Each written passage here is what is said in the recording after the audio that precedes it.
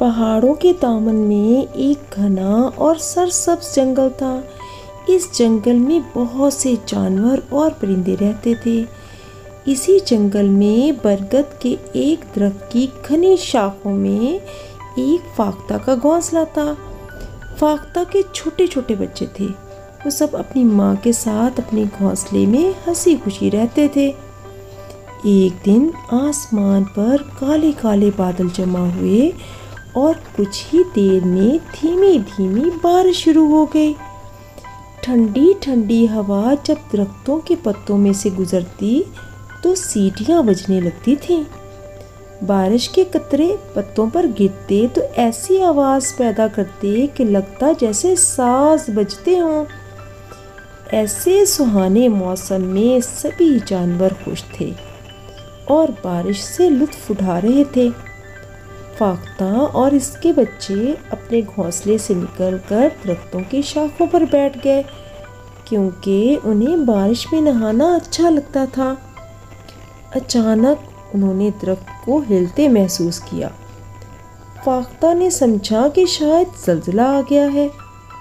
जब फाख्ता ने नीचे देखा तो कांप उठी। एक हाथी दरख्त के तने के साथ अपना जिस्म रगड़ रहा था। जब वो जिस्म रगड़ता तो पूरा दरख्त ही हिल जाता। वो ये काम वक्फे वक्फे से कर रहा था। फाख्ता को लगा कि अगर इसने दरख्त को मज़ीद धक्के मारे तो वो गिर जाएगा। फाख्ता नीचे उतरी और उसने हाथी से इल्तिजा करते हुए कहा, हाथी भैया, दरख्त को धक्के मत मारो, ये गिर जाएगा। दरख्त गिर गया तो मेरा घोंसला भी गिर जाएगा। मेरे घोंसले में मेरे छोटे छोटे बच्चे भी रहते हैं। मगर हाथी को अपनी ताकत पर बहुत ही नाज था। वो जिद्दी और जालिम होने के साथ साथ मगरूर भी था। दूसरों को तंग करके वो बहुत खुश होता था और लुत्फ उठाता था। उसने गरूर में कहकहे लगाना शुरू कर दिए।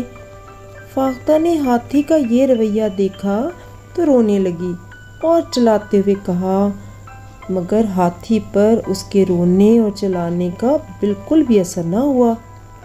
अलबत्ता फाख्ता के रोने और चिल्लाने की आवाज़ सुनकर जंगल के बाकी जानवर भी जमा हो गए और सबने हाथी को समझाना शुरू कर दिया। कौवे ने उससे पूछा, आखिर तुम ऐसा क्यों कर रहे हो? खुदा के लिए ऐसा ना करो। मगर हाथी तो अपनी ताकत के गुरूर में पागल हो चुका था। उस पर किसी के समझाने का असर ना हुआ। उसने कहकहे लगाते हुए कहा, कौवे मियाँ, भाग जाओ यहाँ से। मुझे तो ये सब करने में बहुत मज़ा आता है और मैं ये क्यों ना करूँ। ये जंगल मेरा है और मैं सबसे बड़ा जानवर हूँ और मैं इस जंगल का बादशाह हूँ। मेरी मर्जी, मैं जो कुछ चाहूँ करूँ। एक चिड़िया भी ये सब देख रही थी। उसे हाथी की हठधर्मी पर बहुत गुस्सा आया। उसने कहा, इसे मैं मज़ा चखाती हूँ। मैं इसे ऐसी सज़ा दूंगी कि ये हमेशा याद रखेगा। एक बंदर पास ही मौजूद था। उसने सबकी बातें सुनी और हंसने लगा। ये छोटी सी चिड़िया इतने बड़े हाथी को क्या सज़ा देगी या क्या नुकसान पहुंचा सकती है। मगर चिड़िया ने उसकी तरफ बिल्कुल तवज्जो ना दी। वो अपनी जगह से उड़ी और जाकर हाथी के कान पर बैठ गई। फिर उसने उछलना कूदना शुरू कर दिया और ठूंगे मारने शुरू कर दिए और छलांगे लगाती हुई वो हाथी के कान के अंदर घुस गई। हाथी के कान में शदीद खुजली हुई। खुजली और दर्द की वजह से वो चीखने चलाने लगा।